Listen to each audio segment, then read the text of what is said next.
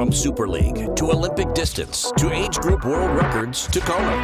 Go longer with the right fuel at the right time with SFuels.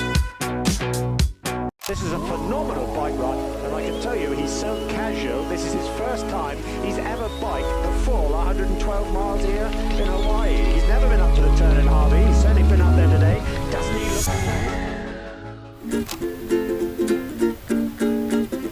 Could you imagine if all around the world a little aloha in every boy and girl? And could you imagine how simple life could be with a little aloha and preface with fun? Pancho Man, everybody! Welcome to 11th year of Breakfast with Bob from beautiful Huggles on the Rocks. My name is Bob Babbitt, brought to you by Master Spas, SFuels Go Longer, HOKA Let's Fly, Form Smart Swim Goggles, Quintanaroo, Zoot, the original triathlon brand, and of course, our Challenged Athletes Foundation. Our next guest, one of the most decorated triathletes in history, member of more Hall of Fames than I can remember, especially the Ironman Hall of Fame. She is also an Olympic silver medal from the first ever Olympic triathlon in 2000, Ironman World Champion, and has a Paralympic gold medal guiding Katie Kelly to the first ever Paralympic gold medal in 2016. Give it up for Michellie Jones.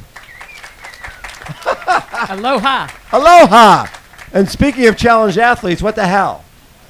I wish I could tell you it was a great story. Like but you got hit by you were running along and some guy was in his Camaro and ran off the... No, what happened? No, I twisted my ankle, did the tuck and roll, and then I heard a snap. So I broke my clavicle yesterday. Running. Yes, running. Not get hit by a car. I probably would have been worse off if I was hit by a car. I think so, yeah. Yes, I was out running with one of the athletes I coach. He's racing on Thursday. He's sight impaired, Scott Wilsey. And I told him I took one for the team. You did take one for the team. I love it. So, Michellie, when we talk about Paralympics, you were, when we first started Challenge Athletes Foundation, going back to 1994, you were there.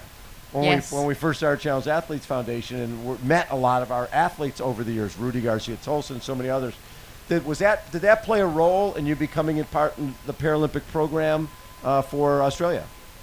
Well, I think what it did, it really, really educated me about the challenge athletes and what they face. And, you know, yes, we're all athletes, but, you know, we're very different. And I think that really gave me a good understanding. So when Coach Corey from Australia gave me a call and said, Michellie, would you mind guiding an athlete? You know, I definitely had a good understanding of, you know, what they have to overcome because I had grown up basically seeing what the Challenge Foundation had achieved. So I think the first race you guys did together, you and Katie, was Italy, if I'm not mistaken. No, actually it was in Japan, and it was pouring with rain, and I'd never ridden a tandem. It was scary. But one lesson I did learn, it's like driving a big semi-trailer. Yes. And the back end controls the front end. So as much as you want to control in the front, you don't? No, like if they move or do something back there, it's like you have no control. And there was one race where you guys came off the bike, and they do for a Paralympic program. It's a sprint race. Yes, so it's very dynamic. Swim, it's fast. 12.3 bike and 5K run. When you guys come off the bike, you're a minute down, if I'm not mistaken, and in Rio? No, it was when you first told Katie. Yes, this is going to hurt. That was in Italy. Yes, Italy. I'm like, yep. And she puked when we finished. Yeah, this is good, but you guys won. Yes, we did. Hey, if you win and you puke, that's a bonus. That is okay. You get extra credit for that. So when you went to, when you first went to Sydney, when you went to Sydney for the Olympics, what people don't realize, it was not just the first ever Olympic triathlon. It was the first event of the Games. Oh, yeah. The women's race was the showcase. So how fantastic was that? Growing up in Australia, not far from the Olympic venue, and we're the first event. So I won Australia's first medal. I won the first silver medal for a triathlon. So, and my friends and family who probably never got to see me race at the Olympics got to see it, how exciting that was for me personally to have, like, basically everyone that had supported me over the years was there, including you, Bob. I was right there in the front row. I was so excited about that. And to be honest, I'd covered you for a lot of years, and I had never seen you lose a sprint. Once it comes down to a sprint, Michellie Jones wins every single time. It haunts me. It haunts me, yeah. Out of all the races in my entire career, that's the only sprint that I've ever lost. Ever lost, right? I actually had a sprint back in February with a 26-year-old in a 10K, and I beat her. Yeah. Well, I remember talking to Karen Smyers. I think it was one of the World Championships, and maybe it was Manchester. I forget which one. Yes. Yes. And she's going, okay, I'm in great position. I'll make my move. And I'm going to make my move right about, where's she going? And you had already made your move, and you were gone. Yeah, as I said, it's like, if you had to ask me if it was a sprint finish, how I would have gone, I would have felt pretty confident. But no question. Yeah, that wasn't my destiny. That my destiny was to win the silver medal. Well, and then 2003, you win the test event in Athens. Yes. All of us expected you to be chosen for the team. Yeah. You weren't chosen for the team. Yeah, not only was I not chosen for the team, neither was the current world champion. We had finished first and third at the World Championship. And was that Emma? No. Yeah, Emma Snowsill. Emma Snowsill wasn't chosen as well. Exactly. So we were sort of both astounded, and sometimes I guess selectors aren't very wise. Well, and that led to the positive of that. Yeah, it led to this. No, exactly, because I swore I'd never, ever do an Ironman. I thought, oh, my goodness, how do you ride your bike in a swimsuit for 112 miles? I was used to racing for 2 hours, and now I was stepping up to 9 hours. I'm like, that's for cray-cray people. Well, and the first time you came over here, yeah, I was standing with Michellie. This is 93, I think. Yes. 93 Ironman, and Michellie standing with me by the medical tent is Mark Allen, who had just won the race. Yeah, I was like 23, I believe. Yeah.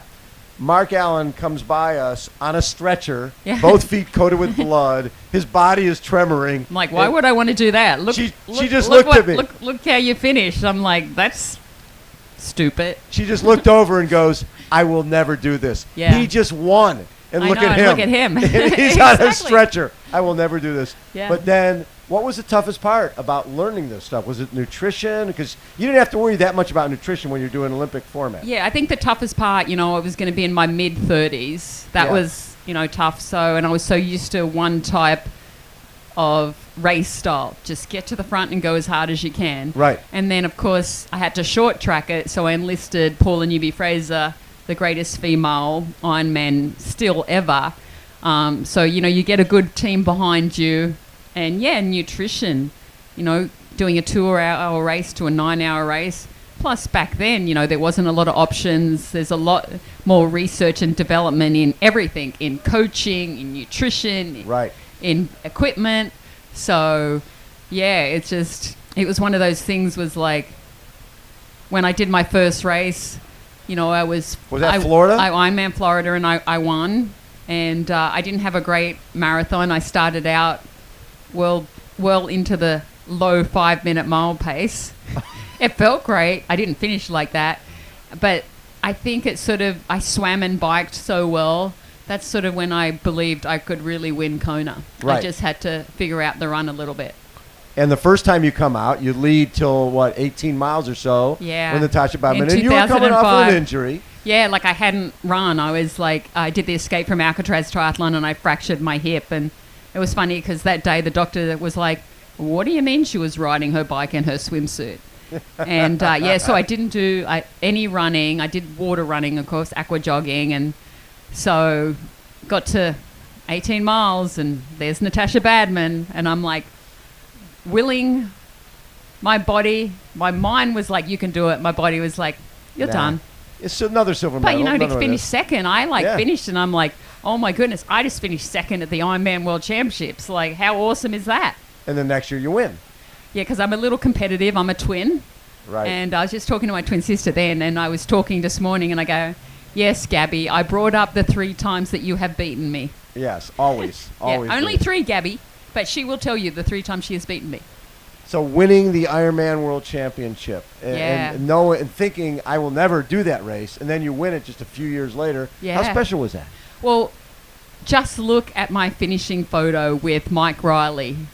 Like, I think that says it all. And every time I go get active release therapy, I go in, there's this massive, huge poster of Mike Riley and I. And if you ask Mike Riley, he'll tell you that's one of his favourite finisher photos as well. But, you know, absolutely exciting to sort of like be so successful at short course and then, you know, make the commitment, risk basically everything of who you are. Right. And then step up to the Ironman distance. Like, it's so special no matter who you are to cross that Hawaii Ironman finish line. I mean, you've done an Ironman, yeah. You've done a Kona Ironman, and then you can say, I actually won. Like, it's very, very special. Love it. Michellie, always such a treat. I'm Thank you. so sorry about your arm. That is such a bummer. 6 weeks. How about a round of applause for Michellie Jones? Thank you.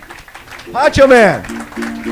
A-L-O-H-A, a little aloha in our day. Spread a little aloha around the world, 'cause it's breakfast with Bob.